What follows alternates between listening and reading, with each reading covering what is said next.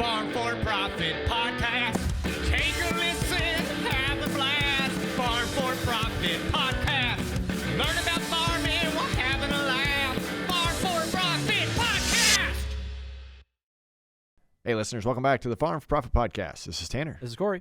I'm jealous that you got the colorful plat map shirt. Wouldn't that be crazy if this was a plat map? That'd be wild. Just look at the potholes you'd have to farm around. Yeah, what are those ponds? They could be. You have there's actually, this is Dave's shirt. Yeah. The plat map, and you can see there is actually like water and ponds Uh-huh. on it, creeks. Well, listeners, if you are only listening to us, that intro was terrible because you can't see one of our shirts. But that means you need to go to YouTube and hit subscribe. We appreciate all the places that you consume this. We thank you so very much for being a part of that. Again, topics like today were suggested from listeners just like you. So farmforprofitllc@gmail.com, or you can text and leave a voicemail at 515-207-9640. This episode was brought to our attention in kind of a realization that we have talked a lot about succession planning, but we really haven't given any tools or tips or advice or even experiences around how do you even prepare to retire? Because if you don't prepare to retire, you really pass the farm on after you die. Yeah. Yeah, I think typically farmers just think, well, their land is their retirement, and they're going to rent that out or sell it and sell their equipment line or do whatever. And, I mean, that does work in certain situations, but you still have to have a plan for that. That's right. And with a little bit of planning and a little bit of effort, it provides so many more options when you get to that passing. Yeah. And someone's honking outside, because they love us. Yeah, this is our fans. At least nobody's mowing their yard yet this morning. Yeah. That's typically something that's coming at the second half of the show. that happens. But before we get started and introduce our guest, this is rare but is important. We want you all to know that this podcast is intended for general public use and is for information purposes only. Farm for Profit Podcast is not affiliated or endorsed by Park Avenue Securities, Guardian, or Financial Architects, and opinions stated are our own.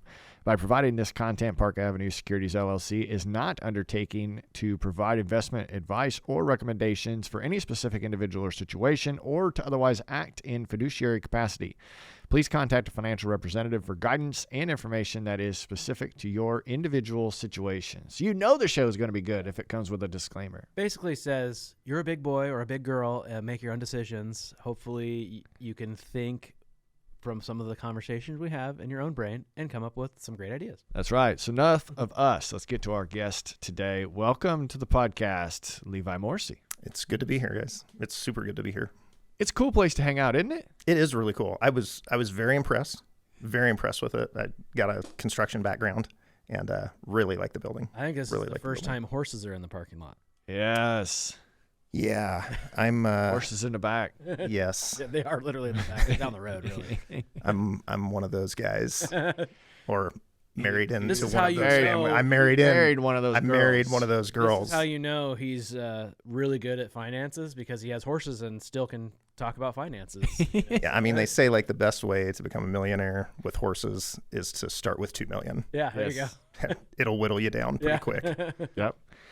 So the reason for that disclosure is we intend to provide a lot of value in this show, but we wanted to remind our listeners that, yes, you do make your own decisions, and you should contact Levi on a one-on-one basis for very specific, need-fitting consultations. Yeah, don't be like Dave and don't contact him. Well, I heard it on the Farm for Profit podcast. Yeah, I put it into ChatGPT, and And then this we is just exactly did what it. I said I should do. Yeah, I over-applied fertilizer by 5 times. But what a special opportunity for you listeners. Now through the end of August, we have the Maya 3x3x3 campaign. What's 3x3x3? You get 3% financing, 3-year parts and warranty, or the third option is if you want to pay cash, you get 3 different kinds of discounts. Yeah, you can get $5,000 off of an 8-row, $7,500 off a 12-row, or $10,000 off a 16-row from Maya Cornheads. Go to mayacornheads.com or slide into our DMs and we'll hook you up with the closest dealer. I do appreciate you reaching out to us, being able to connect and help us with this topic that our listeners want us to cover. So let's dive into, your background before we get into what you're doing professionally now. Yeah. So, and I guess I'll just say this right from the get-go, kind of get it out of the way a little bit, like disclosure. Name's Levi Morrissey, financial advisor, registered rep with Park Avenue Securities, and insurance agent through Guardian Life Insurance. So that should cover the basis on that piece. That's what you're doing today. Yeah, that's what I'm doing today. A little bit on my background. Born and raised in Iowa, from Ottumwa. Still live in Ottumwa. Some say the best city in Iowa. Some? None. Not all. None. Me. I say that, but that's about it. Is it just because you couldn't get out? No, I legitimately love it. I love the town. I love the town of Ottumwa. I mean, I can't say that enough. The new road went in. Didn't you have to go through Ottumwa to get to southeast Iowa? Yeah. Yep. Not so much anymore. You can literally skirt right around it. Yeah. But no, I legitimately do love Ottumwa. My wife was born and raised there also. And actually we live on the farm that her grandpa bought. Were you high school sweethearts? Yes. Oh. Yes. Started dating at So you 16. knew early on that she liked horses. Oh yeah. I did not get into this. It wasn't accidental. Like, I knew what I was signing up for. She trained horses in high school, and I ended up working at the stable she worked at. It was like the stable boy, I guess. We'll have to have a conversation off mic of how you figured that out. Because every time I went to the horse barn in FFA or 4-H, like, I just got freaked out. Like, they were too much. You know, I ran as fast as I could from them.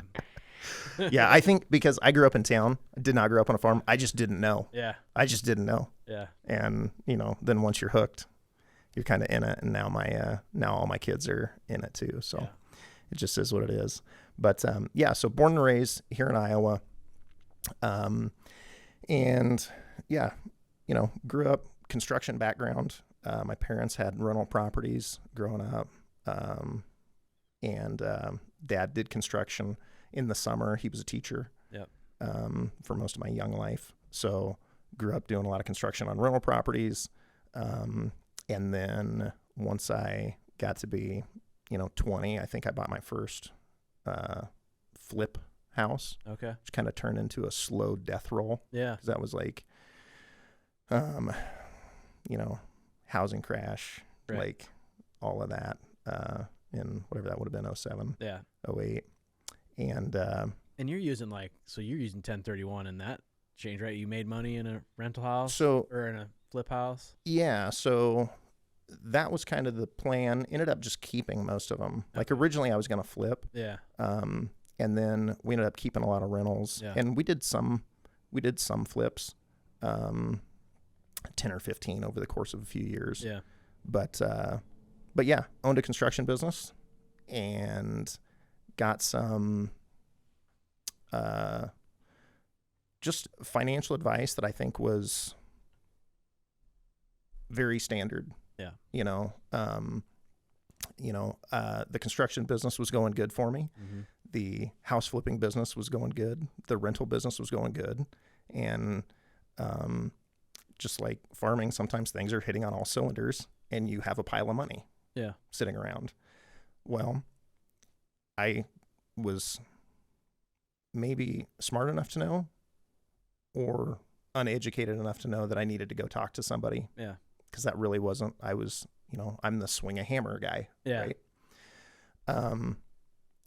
So went to a financial advisor, I just said, hey, here's what I got. Do what Yeah, do what you do. Do what you do with it. Yep. We talk about advisory teams Turn this all pile the of time. money into a bigger pile of money. Yeah. Make this better, Yep. quickly. Tomorrow.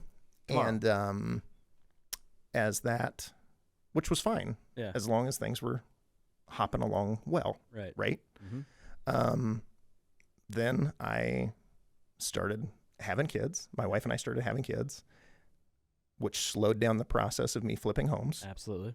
And then I'm sitting on some homes that hadn't sold and like all projects, we talked about this, like with this space, you spend more money than you think when you're going to do a remodel project. The horses don't eat less hay. They definitely don't. So, so from there, I, called up my banker. I was like, hey, I need some more money to get these houses finished. Yeah. And he's like, oh, well, actually, you're at your lending limit. Oh. And I was like, that's a problem. Yeah. That's a problem because I know I've got a bunch of equity in the finished product, but I've got to have some money to get to the finished product. Right. So I thought, oh, well, I've got money with my advisor. Yeah. I'll just go get that. Well, when I went and got that, market was down. I was in accounts that were penalized for me taking it, Yep. you know, and I just thought to myself at that point, I don't think that was a good idea. Yeah. What I did, because I wasn't really looking at the whole picture of my, you know, financial game plan and what I was trying to build. Right. And I take a lot of blame for that, just because I didn't know how to communicate, you know, what I was actually trying to accomplish. Yeah. So anyways, that's a super long story on why I even got into financial planning. Because after that, found financial architects that I now work for, and they were just really good about listening to what I actually wanted to build through my construction business, through my rental business, and just dealing with the mindset of a small business owner, which that's what farmers are, you know. Yeah, after being their client for a number of years, I was like, hey, I think it's time for a change of pace. And So how long have you been working for them? So I don't think we do half birthdays in the industry. So 6 years. 6 years. It'll be 7 in January. 6.5. 6.5 years. 6.5. 74 days. 80, Exactly. 84 months. Whatever makes it seem longer. No, That 20-month-old baby. Yeah. that's right. I think it's important to tell that story because a lot of times when you have to do something out of necessity and you found, you know, through the way that you did it, it's almost better than like you just grew up wanting to be a financial advisor. Right. Yeah, I had. Right? Does anybody do that? I mean, you kind of, No. in a way, I mean, adjacent industry, you grew up wanting to be a banker. That's which true. was like weird. Yeah, So, pretty dumb. yeah. That's good. So that gives us some good perspective, and some of the conversations, the listeners that we've got to have with Levi before this is that correlation between the fact that we've been trying to help our listeners run their farms more like a business from the beginning. Mm-hmm. It's not like Grandpa did it anymore. Like, you have to understand what your business is doing, and that's the tools that you've learned to use. Is for all business owners, it's different than a W-2 earning wage employee. When I got my check, when I was a W-2 employee, I had the option to have this taken out of it, that taken out of it, these taken out of it, all on a HR guided platform. Somebody held my hand through that. And the beloved match. I loved the match. Yeah. Exactly. And it's all automated. Yep. You know, it's automated, which is why Didn't it know I works. didn't have it. Exactly. Profit should match. But when you become a small business owner, you know, when you become a small business owner or entrepreneur or anything like that, It's going to be an expensive episode. you know, Matching 0% is 0%. That's true. you know, if in the W-2 world, if you make $1,000 in a week, you know, your check shows whatever, $750, Yep. you know, after they take stuff out. When the small business world, you actually get a check for $1,000, Yep. and the rest of it's up to you. And there's nobody there being like, hey, you need to think about all these things that are coming. Mm-hmm. You know, that's left to your own self-discipline, which if they're anything like me, you know, I'm not good at that. Like, that's one of the reasons I became a small business owner, is because I didn't really want to have a boss. Yeah. You know? Yeah. And that's one of the great things about farming is you are your own boss for the most part. And also one of the most difficult things if you're working with family. So traditionally, for a wage earning employee, they typically get put into a couple of different categories of either they are investing in a 401k, and that comes with the opportunity for employer matches, or they're a part of an organization, which this is probably getting rarer and rarer, that provides them with a pension, right, based upon their years of service and their earning capacity during the time that they worked there. right. A W-2 employee then has the opportunity, with whatever is left over, to invest privately however they wish. What we're talking about today is the business owner, say farmer today, that doesn't have that. And we're going to discuss tools, things that they can do to prepare for retirement, because like you kind of discussed right before we hit go on these microphones, most farmers invest in their land. And then they can charge cash rent or crop share when they choose to retire. I'm using air quotes if you're not Or can watching. sell if they don't. Or can sell. Yeah, they can cash in on the appreciation of the land. Yep. But one thing that investing in or partaking in some of these other ideas that are going to be shared today is maybe if you're going to rent this ground to your next generation and that's your sole source of retirement income, you're not so dependent on, I have to have X dollars cash rent. I can help somebody get started, whether it's next generation or not, or just a young farmer or a friend of yours. It's going to hopefully provide you the opportunity to have more choices. Is that accurate? Yeah, I would say so. And there was just last week, there was a Des Moines Register article on land transition in Iowa, and it was, stating that 2/3 of Iowa farms are owned by people 65 and older. Yeah. So there's going to be a wave of farm transition, specifically in Iowa over the next couple decades as those people either retire or age out or pass on. Yeah. So we know that that's coming, and you've got if a person wants to keep the tradition of farming alive and not have it become, not that there's anything wrong with corporate farming, but like to keep that tradition alive, which is really like the sustainability of rural Iowa. That's where a lot of rural Iowa's economy comes from. It's just important how that happens, and having even a supplemental piece of retirement or something else that a person can draw income from that is not specifically the farm, I think is just going to be vital to that dream continuing. Right. That stat of land ownership, I feel like I heard that in 2008. Mm-hmm. I was just getting ready to At say. at the beginning farmer They've been conference saying that or for whatever. years. They've been saying it for years. Now, we all are living longer, Mhm. right? So that can has got kicked down the road. So it's going to come. I just don't know if it's going to be the wave that the Des Moines Register said it was going to be, right? Like, Sure.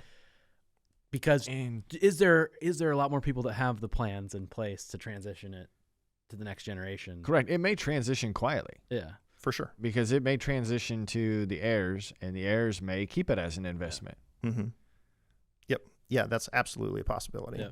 Because we know Dave has had some ebbs and flows in supply of, you can tell when land was really good a few years ago, like his supply, like people were starting to go, you know what, I'm cashing in. Mm-hmm. Right now, the price is still pretty much the same, but there isn't much on the market. Right. So Right. markets are emotion, as Dave would say. Dave Yeah. would say. Yep. So let's start chatting about options. Yeah. When you sit down with somebody new, how does that meeting typically kick off? So typically, we're going to sit down with a new potential client, and we're just going to get a 30,000 foot view of kind of what they're currently doing, Mm-hmm. what their plan is, what their experience with financial planning is, and really just try to see, we'll look at everything from, their loans to their investment portfolio to how they borrow money to, what their family looks like. Like, do they own the farm? Are they just renting the farm? Are they, all of those pieces, just to try to get like a whole snapshot of really what they're trying to do, as opposed to, what's your investment piece look like. So we try to delve into all of that. Because really a lot of the times the issue is cash flow. Yeah. It's like, where do I even get the money to do anything? Yeah, especially in times like right now when we're just trying to figure out to get to break even.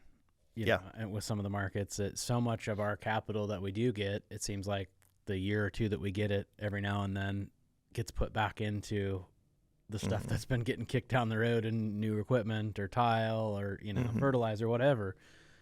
So it can be daunting. Yeah, absolutely. Absolutely. And that's where, when we have a good look at like, their, say, off-farm income, or are they doing anything in parallel to farming? Right. You know, we talked about spraying, or do they have cattle, or do they have, Mm-hmm. you know, hog building? Like, what are those pieces Yeah. that maybe have a little bit more stability Yeah. to them? And how are we using those dollars on a yearly basis? And where are those dollars going? Yeah. Because, I mean, in the simplest form, if a person's not saving, it doesn't matter. Yeah. You know, like, if they don't have some way to pull money off of whatever income sources they have, whether that's, like I said, you know, something in parallel to farming that they're doing, or like a spouse that has a W-2 job, if they're not actively using those stable sources of income to facilitate some sort of saving strategy, then there's no money to put anywhere. Mm-hmm. So it almost doesn't matter what we talk about if we can't solve that problem first. What's the stat of off-farm jobs, Tanner? I think it's a pretty big percentage of farmers now have off-farm income or adjacent businesses that's not directly farming. It could be seed sales, trucking, you know, a lot of that kind of stuff. According to Google AI, 96% of farm households have income from off-farm sources. Wow. So all of them. Yeah. Which, and I will say, so we gotta talk to both sides here. Like, someone's gonna be mad if we don't talk about, well, you should be able to just farm and not have to have your off-farm income, but Yep. it's not. This is the reality of it, and we're working within the system that we're given, right? For sure. So Yeah. we're, For sure. not, we're not arguing whether you should or shouldn't. I mean, this is just the one cool thing. I was talking to Levi before we got on the mics here, is what I love about my personal farming. Like, obviously, I'm here a lot, but farming is my full-time job. But how cool is that I can make my own schedule and either hire someone to do a job that I should be doing at the farm, or get my brother to do it, and I can leverage my time to be here. Exactly. Or vice versa. If it's harvest time, I go, screw you, Tanner, I'm going out to farm. You know? So that's what I love about farming, is the flexibility.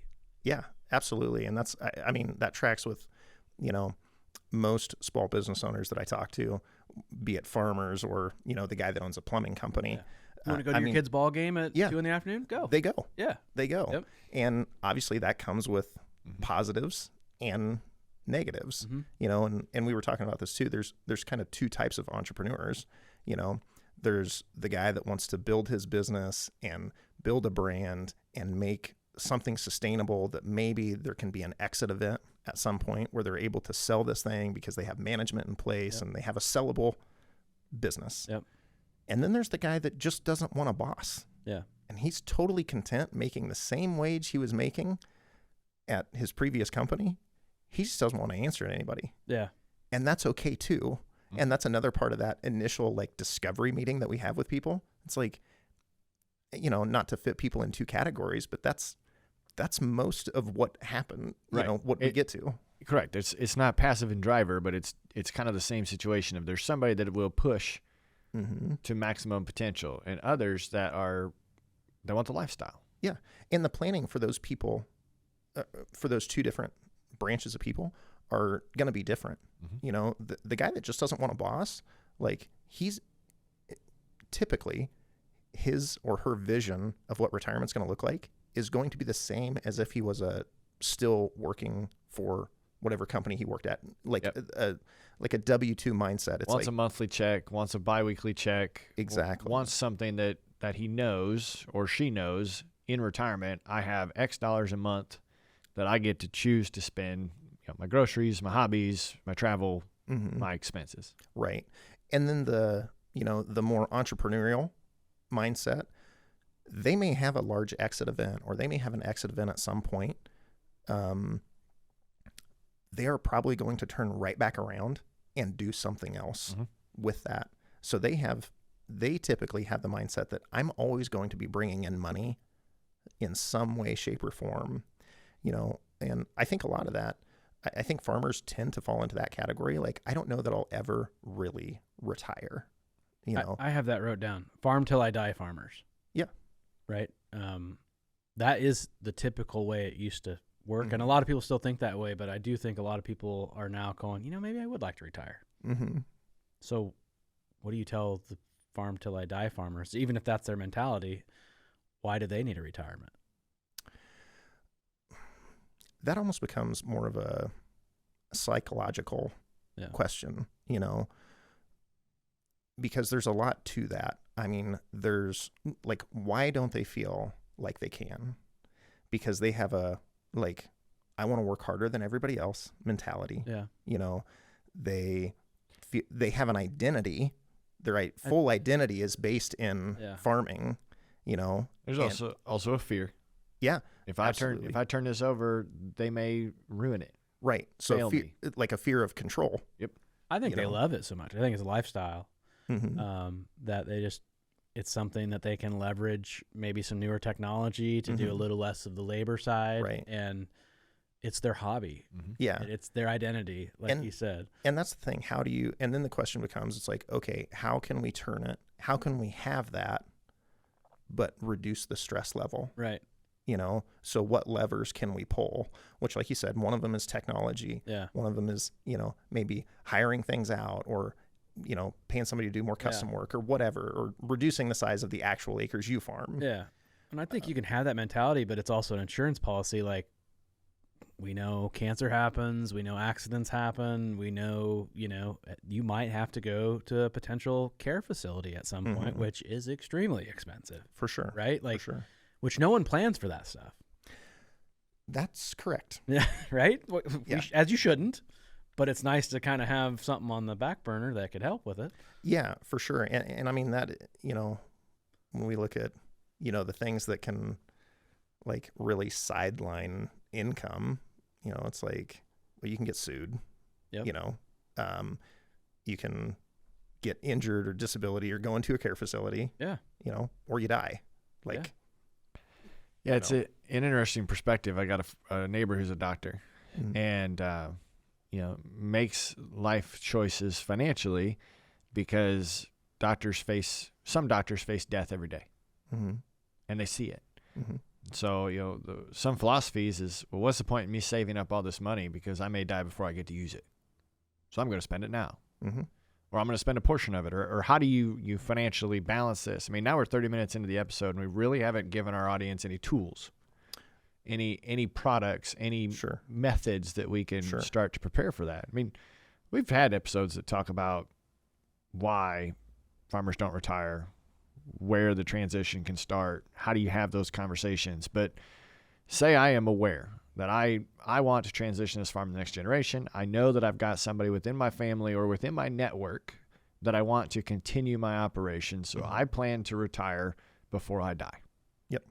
Whatever that time period looks like. Yep. What financial tools do I have available to potentially look at investing in? Yeah. So the first thing that I would say is, if you're working off farm or your spouse is working off farm, my goodness, take full advantage of whatever business sponsored retirement plan they have, whether that's 401k, do the match, like max it out. Yeah. Like, do the match for sure. And then if you can do more than that, do more than that. And if you don't, once again, it goes back to that saving strategy. Like so what we'll do a lot of times for clients is, with that off-farm income or things like that, we'll just have an automated saving strategy. Because once again, if you can't save, you can't invest. Mm-hmm. I mean, it's just the first step that you have to take. And a lot of times people don't like that idea because the off-farm income will give them, like, that's kind of the freedom to spend that money, I feel like. And it's like, well, that also needs to be playing a dual role. Like, yeah, you can spend it, but at the same time, we have to have like a fairly aggressive saving strategy with that static income. So like, and I tell every client that meets with me this, my goal is to get every one of my clients to save between 15 and 20% of their income. Because I know if we can do that, they are going to have a high level, or a much higher probability of success in retirement than the person that only does their 401k. I imagine it's a sliding scale based on where you're starting from. If you're a 20-year-old starting to save opposed to a 50-year-old that says, okay, now I want to retire, you better be a little bit more aggressive Yeah. at 50. Oh, for sure. I mean, obviously, the more runway you have, Yeah. like, the better that is. You know, so that's why it's really important, like, for the younger generation of farmers to, obviously, things are difficult, inputs are high, you know, cash rent is absurd, land prices are crazy. Yeah. I mean, It's still important to consistently save, just period. I liken it to the comments that a lot of young parents make before they have their first kid. I don't know how I'm ever going to afford children. You know, we can't have children yet because I don't know how we can ever afford it. And it's fascinating, the psychological effect that some life event is such, whether it's a new house payment or a kid or choosing to save, that once it's in your budget, you can typically make it work because you now plan other things around the fact that I am putting $500 a month away every month into this program, this plan, to be able to start doing that. It doesn't have to be huge impacts to begin with. No. Yeah. No. And that's, you know, and once again, having the automated portion of it, that's why the 401k works. Because like we started out the episode talking about, you know, it comes out automatically. You don't think about it. You know, so if you can have a system in place that you're automatically setting aside money before it hits a checking account, you know, people will say, like, what's the worst financial tool ever made? And a lot of people will say credit cards. But I mean, the checking account, like, I know for myself, if money goes to the checking account, that's spendable money for me. Sure. So, like, and both my wife and I we're both spenders.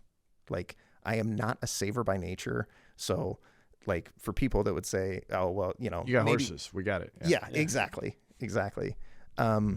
You ready to make that last pass? Listen up. XR5 KSB from Ag Explorer isn't just another jug. It's built to match exactly what your crop wants when it wants it. This isn't guesswork. It's 25 years of boots on the ground, education-first agronomy. These folks walk fields, explain the why, and build programs that actually work. Want to finish strong? This is your pass. Let's go. So having something that automates it, that forces me to do that without me thinking about it, you know, has really enabled me when I was running my construction business through now, just to be able to save significantly more money, which then I can make good decisions about where I invest that money, you know. So you save it. Yep. Where do we put it once we've saved it? Just a saving account? Yeah. So you can, I mean, that works. You know, if literally a person only did that, and they did it at higher percentages, their success rate's going to be high. You know, obviously once we go from there, then we can, once a person has developed like that savings habit, then we can look at, hey, do we need, you know, should we be funding this into a retirement account? Do we need to use a brokerage account that maybe, because we want access to it, a little bit more liquid? Do we want, like, what's your protection look like on the farm? Do you want life insurance to be able to help transition things? You know, there's all sorts of options on the table for the person that has money. So the easiest thing is savings, right? But that's just drawing whatever interest the bank is paying you. Right. I would say that's the hardest thing. Right. Well, I guess the first step. The first step, yeah. Right. Sorry, I shouldn't have said easiest. The first step, get it out of the checking account, get it into savings, getting some interest there. What's the next easy step to make sure that money, if you're not touching that money, that it's working for you? Yeah. If you're not planning on touching the money, you know, then you're looking at either like a SEP or a solo 401k or a traditional IRA or a Roth IRA, like one of those retirement specific accounts, you know, and each of those has their own little quirk, you know, and those are all things that on an individual basis you look at and it's like, hey, where is, you know, It's mostly tax, right? Yeah. Yep. Tax and then funding limits. Okay. You know, so we're looking at if we need to move a bunch of money, you know, then you're looking at different options than if it's like, hey, I've got, you know, $4,000 a year. Okay. So that's just very like dollar amount specific. And those tax are specific. safer than going and investing in Tesla or Bitcoin because it's spreading it out through a lot of safe investments. I don't want to use the word safe. Any investment more that you do, diversified. it's more diversified. Yeah. Yeah. We think that, I believe that more diversified is good. Yeah. But, and there's all sorts of stuff you can get into with standard deviation and things like that, which are not, for today. Right. But, just being diversified, in what's Warren Buffett say, like he buys things he understands. Yeah. Which, do we understand Stock market, yeah. some of kidding. those funds, like hopefully you do. Yeah. I guess, So I'm thinking about, right, the personalities of our listeners, and we hate tax, period. For sure. Like we will go around about a lot of different directions to avoid paying it now. And we also don't want to pay it later, which is probably back to that original comment about why farmland isn't going to transition. Because if it waits till death, you get stepped up basis. We don't pay capital gains tax when we do that. That being said, are there investment accounts that we can work with our financial advisor? I mean, one thing that steps out to my mind that I don't fully have the rules behind is like a SEP IRA. Or is there a pre-tax vehicle that works for business owners? Yeah. So, I mean, there are, like the SEP IRA, like you talked about, those are pre-tax, traditional IRAs pre-tax. There are some tax advantages today to do those. But with those, you eventually get to a point where now you are in a position where you're forced to pay tax. So because we tried to save some money today, now we are in a position where we're forced to pay tax. That's not to say those accounts are bad, but people need to know that reality, that like you are now forcing yourself to pay tax in the future when you do certain things like that. And there's also just one of the things that we look at a lot of times with business owners, and this is the position that I was in, how we started the story. I was in essentially a non-liquid position because I was going to be penalized to access my money when I needed it for something that I understood, which was real estate. So it's a weighing of all the options. What does liquidity look like? What do tax advantages look like? What does protection look like? What does, return look like? Those are all things that have to be weighed to, decide which vehicle makes the most sense for the client. Just thinking of some of the other conversations we've had and thinking about, you were talking about you got penalized for taking money out of these accounts. There is accounts or, let's see, retirement accounts or life insurance that you could actually, if you started early enough and had enough equity in, you could actually borrow against and pay yourself interest, right? If you wanted to buy a piece of land. Yeah. Not pay yourself interest, but pay the company interest. Pay the company. Yeah. And then, and then there's a dividend. It'd be a whole life insurance. Yep. So where it's not like going to the bank and you pay them 7% interest, like all of it, that interest for is sure. gone. And that's definitely a strategy that we use. Yep. Yeah, because that would be one of the things our listeners would probably really hate themselves for is you take this time to save up, and then the 80 that you've never had the opportunity to buy comes up for sale. And the same situation you were in, you knew there was equity in those houses to finish them out. This farmer knows that he's never going to get a chance to buy it again and doesn't want to be in a place to take a penalty just to cash out on something he knows is available. Right. And that's exactly, and that's that point of liquidity. And for farmers, for all business owners, like you never know when the next opportunity is going to come. So the importance of being in a financial position where you can take advantage of opportunities, gives you a leg up in all those conversations. Makes you more appealing to a bank, all of that. So. Do you have a general target, and it doesn't go for farmers, if someone's just retiring at 65, retirement age? I know when I was going through high school, we were talking like, you need $1 million to retire. What's that number now? I mean, you can bring up what the average 401k balance is. And this is for a obviously retiree. way different for everyone's situation. You know, are you going to travel every month or whatever? But if you just want to live a comfortable life in middle America, Whoa, that seems low. That's that the accurate? reaction I was hoping for.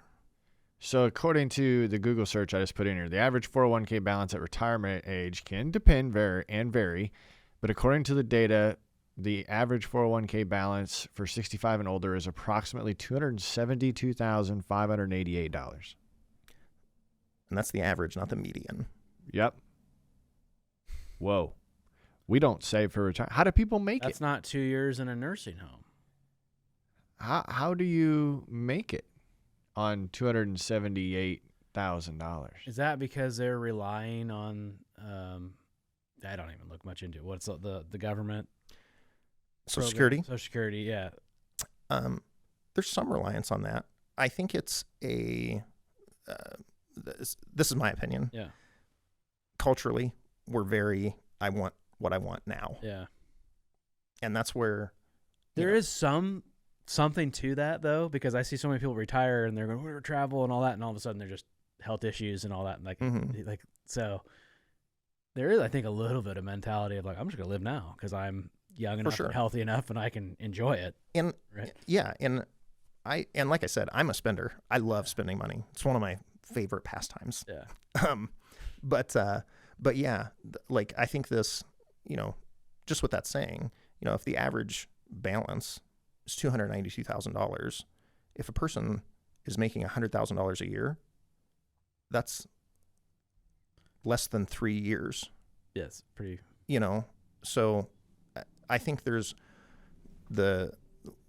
what I've seen is there is an over-reliance on, like workplace 401ks.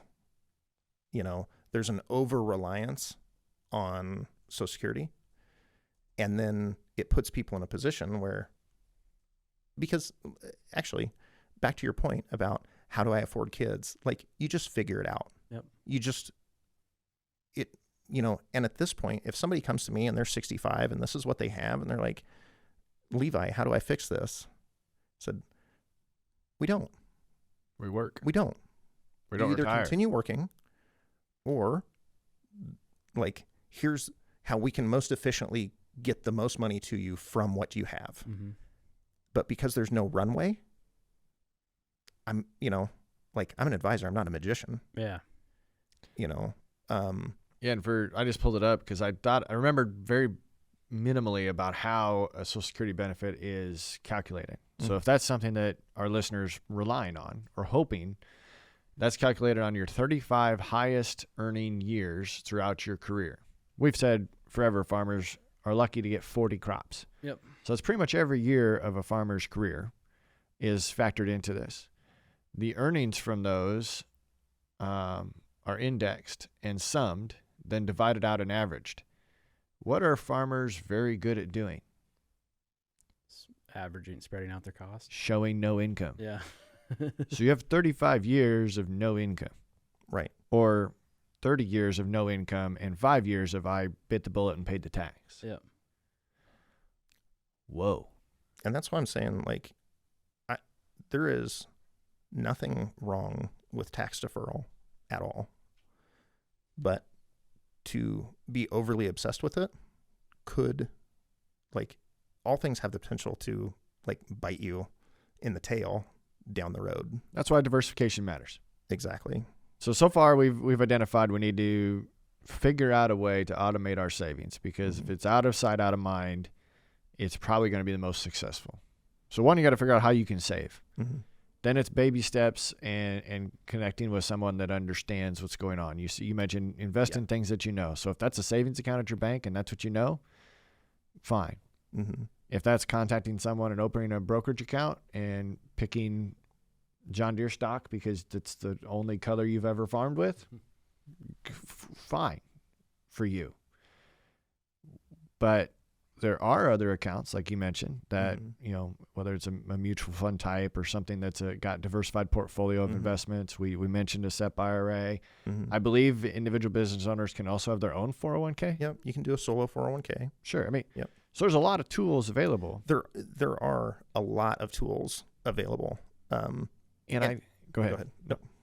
One thing that you and I talked about at Tech Hub Live was you can even invest in real estate that's not farm ground. Yep. And that's before I became an advisor. I mean, that was my whole goal of having my construction company, was to be able to buy real estate so that real estate could, at some point kick off an income for me. Right. And we were lucky enough and in a good enough position and had enough good people around me helping that we were able to do that, which is why I was able to transition from construction to doing this. So yeah, there's, and I don't give real estate advice, but yeah, there are certainly outside alternative investments that people can look at, whether that's owning another business like a laundromat or a car wash or rental property. I talk with plenty of farmers that have those things also that are creating, once again, just that a more reliable income source that doesn't necessarily have to be a W-2 job somewhere. I think maybe that's I've always said, look at some of the most successful farmers you see, the biggest, or with all that they usually have off farm income or really diversified off the farm. And I think it's healthy. I mean, it's healthy to diversify on the farm into other things from just row crop, maybe to get into livestock or sell seed or trucking or whatever. But if you go outside of ag, then you're kind of protecting yourself from, hey, when ag's down, a lot of times the other stuff is booming and can help you out that way. Yeah, absolutely. So diversification doesn't necessarily just mean like diversifying in the market. But if they're scared and they don't know those things, how do they is it best to hire? Is there people they can hire or can consult with on that stuff? Yeah. I mean, there is, now, like, I don't necessarily offer real estate advice or anything like that or do consulting of that nature, but there are plenty of masterminds out there that people can, I mean, a quick Google search will get them connected with, real estate consultants and people that have walked through that process. Or I'm trying to think, there's a book that I read, $1 Million Laundromat, just there are so many ways that people have made money, so many ways. Yeah. And it's not limited to the things that we typically think about. Yeah. Yeah, I think it's funny when I come across a TikTok that says, there's that trend of the most boring businesses have made me the most money. Yeah. And it is. It's a laundromat. It's these passive sources of vending House machines. cleaning, it's just stuff that no one wants to do, but it's repeatable and you can just scale it so easily. Yeah. And I would say to that passive piece, I was talking with you about this earlier. I got a phone call right before we started this, and my maintenance guy was like, "Hey, did you see the work order for so-and-so? They said every time they use their oven, it catches on fire." Oh. I'm like, well, let's not use it, Right. And we'll get it fixed. Did it twice. But the point is, like, some of these things people like to call real estate passive. I can tell you, as real estate hat on, as a property owner, very not passive. Well, if Dave was here, he would say that's why people like farmland, because there's not 3 T's. Yep. Right? Yeah, tenants, toilets, termites. Yeah. Yeah. So, Man, I had different T's in my mind, but we're going to look at that in my mind. I think Dave always says turmoil too. How many T's can we come up with? Yeah. Just go around the room and whoever. But that is can. that's one of the benefits of farmland. And there's, maybe the tenant's going to call you and say, hey, we need to put a waterway in. Or need to get some tile, but like no one's calling saying the oven's going to blow up. Right. Right. Exactly. Or the toilet's flooded and now you got tenants underneath of them that are getting water on them. Yeah. Yeah. So before we wrap up today, what is your advice? Because, we've talked about all the little things we can do to start planning. Yep. But it's probably best to have a target that you're going to shoot for. So what's your best advice on identifying what you want retirement to look like? Yeah, I mean, I think that really comes with just spending a lot of time actually thinking about that question. I'll sit down, like I said, in that discovery meeting, we'll ask what people's goals are. And it's shocking how hard that is for people to do. Oh, it'd be hard for me to say right You now. know, it's like, what would you like? And a lot of times they come up with a number, and I'm like, this is not about a number. This has nothing to do with a number. The size of the nest egg doesn't matter at this point. What do you want your retirement to look like? Mm-hmm. And if that's, you know, taking an hour, going to the coffee shop or the bar with a journal or your phone and just notepadding that out, like, what do I actually want to happen? You know, it's like, I would like my kid to be able to farm with me. I would like to transition that early. I would like to, you know, be able to travel or have a house somewhere else that I could vacation to, or not be tied up during the state fair, or whatever that goal is. No matter how low bar you think it is, just write it down, because all that information is going to be helpful knowing, okay, how do we get to those things regardless of the dollar amount? How do we get to those things? Because if we can get to those things with half as much money as you thought, isn't that a win? Absolutely. You know, I still remember conversations that I would have when I was younger with other young farmers just saying, I don't understand how this guy can go to Arizona every winter. mm-hmm. But that was something that was on their bucket list. And then you find out that there are economical ways to make that happen. Mm-hmm. There are also expensive ways to make that happen. For sure. Just what does that look like for you? Are you in a short-term rental that is in a community, but you don't have to worry about getting cold? Great. Or do you want to be on the water someplace that involves a round of golf every day and this type of a lifestyle? Figuring that out, I can see being extremely difficult, because I don't think I could sit here and do it right now. Mm-hmm. Yeah, and it takes time, and obviously it develops, you know, over the course of your life. The goals I had when I was 20 are not the same goals that I have at 41 with 4 kids. Does your retirement include horses? It's gonna. It's gonna easily. It's gonna. It's here. I mean, I can't get like, rid of it now. it's going to. What do you, Corey? You know what you want to be when you grow up? No, I do know that I would like to retire, and which I think is the first step as a farmer. Do you want to, or are you the one that wants to die farming? Mm-hmm. And you can do both. You can actually retire and die farming. Yeah. You can just kind of step back a little bit, still kind of be the advisor role, and take more of a retirement route. But I think that would be nice. But also, I don't think that I would need it. Mm-hmm. So, I don't know. I would just like to have, I would like to travel. I would like to, you know, travel with my kids, or, you know, whatever, go do things like that. So, yeah. At this point in my life, I like being busy. So I could see that as something I would want to do in retirement. But busy can be done so many different ways. Could be in a semi with my electric traps and run to the Listening ethanol to plant your and back. podcasts. Sure. Or it could be on a golf course, or, you know, I doubt I'm ever going to be a yacht person. So probably scratch You got to that. afford a yacht first. The You shirt's did very yacht. Yeah. The shirt is very yacht. Yes. That's the wishful thinking. Yeah.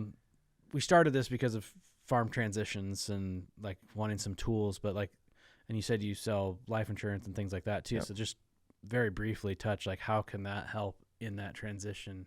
You know, what are some tools? Yeah, I mean, you know, one thing to think about, and I'll see from time to time, is you have, say a family has multiple kids, you know, one kid that wants to farm, others that are disconnected from the farm. Yep. You know, and what is the farm? It's a massive asset, and it's very shiny, you know. So if you don't have just proper transition planning, whatever that looks like, you always run the risk of like having a divided family at the end of the day, you know. And like with life insurance, you know, you look at just like what's the human life value of a person. You know, it's like if you're 30 years old and you make $100,000, you know, they say, hey, it's 30 times your income. So you're worth $3 million. Okay. Most people making $100,000 don't think they're worth $3 million that are 30 years old, you know?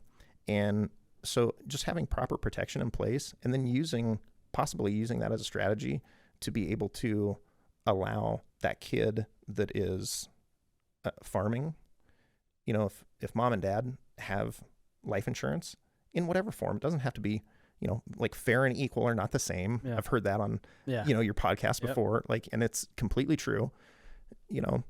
Just giving something so that those other kids allow the farm to stay in the family, and it's passing on to the kid that does the farming, and then the other kids are, paid out fairly, as mom and dad would see fit. Yeah. So that's just one example of how you can use life insurance in estate planning, transition planning, Yeah. succession planning. I never realized that you could buy it on other people. Yeah, I was just thinking about that. Like, I could buy it on my aunt. Yeah. As long as Do they have to give you permission? you have to have an insurable interest in them. Well, yeah, if aunt's Just go around betting on people. you can't. That guy doesn't look like he's doing too good. I'm getting life insurance on him. Yeah, like if you've got an aunt that owns part of the family farm or Mhm. owns family farm ground, is that enough of an insurable interest? I would believe so. Who has to prove that? Is that too deep of a question for? Probably. Okay. Probably. Yeah, when it came out of my mouth, I was like, probably not getting answered. But It's enough to look into. yeah, Right? because I've heard of the buy it on dad, buy it on grandpa, Mm-hmm. but I just was thinking about that. Buy If it you've on got your, if your brother or sister. I wonder if you could do it on a landlord, right? Like, could you Well, defend that enough to You say? you can do buy-sell agreements that are funded by life insurance. So like you could have an insurance policy on him. Yeah. Because you own this together. Yep. So you have an insurable interest in Yep. this business. So So if you have a landlord that you're technically in business with, you could look at something along those lines. Yeah, I would say if there's contracts in place Mhm. that definitely in business. Huh. Interesting. That makes my mind race a little bit. yeah, so there's lots of avenues, like I said, and a lot of those are just individual situations, obviously. Yeah. But yeah, there's a lot of avenues I can that understand can be used in. why it's so confusing and intimidating. Yeah. Because, as I said in the beginning, like a lot of times there's just not a lot of free cash in farming, Right. especially if you don't have the off-farm type Right. of deal. So like when you sit here and go, okay, you have to save 15 to 20%, and now you have to buy life insurance, and now you have to do this, and it's like, how much is going to be left? Mhm. You know? Yeah, for sure. And that really is, that's one of the reasons that the more data that you can give to your advisor, the better that's going to be. And I know that because small business owners are the same way, farmers are the same way. They don't really like people knowing everything going on, and whatever psychological thing is there because of that. It really, it's like putting a governor on a vehicle. Yeah. It's hard to reach full potential if you don't have all the data. Yeah. It's still going to work. Still going to move in the same direction. Exactly. It's And just, and the things that people do, and I guess I'll say this, if you're doing anything, good job. Oh yeah. Like if you're doing anything, if you're even thinking about it, like good job. Don't stop asking questions. Don't stop seeking. Like there are answers. yeah. So And start small. exactly. This does not have to be. I mean, the whole Massive. compounding interest thing, right, that we all looked at in high school was like, it's real. Yeah. Start small, and start early. Mm-hmm. Yeah. Well, is there anything else you'd like to share with the audience before we wrap up this conversation today? Man, I don't think so. I can't think of anything right Don't now. get horses. Yeah. Don't get horses. I mean, horses are. I mean, they're great. They're great for kids. I feed them Yeah. sometimes. What would be the best way to get a hold of you if someone wanted to work with you? Yeah. So they could email me. Just say my email. Yep, that'd be Yeah. fine. Okay. Yeah. Just levi.morrissey@faiowa.com. Spell Morrissey. MORRISSEY. Levi like the jeans. Or they could call me on my cell phone. Mm-hmm. 641-799-5816. Well, I hope you don't get a bunch of spam calls now. This I will already be, do. be kind of Already fun. do. Levi's got good genes. Good. Yes, that's right. That's pretty funny. That's pretty funny. Oh, on that note, no, appreciate you coming in the studio. Yeah, thanks for Appreciate your willingness to kind of help give us some baselines. I'm sure it's just enough to tease that listener to get their mind racing, because my end is right now. Yeah. So thank you. Appreciate that. And thank you guys for having me. Yeah. Listeners, until next time, have a good one.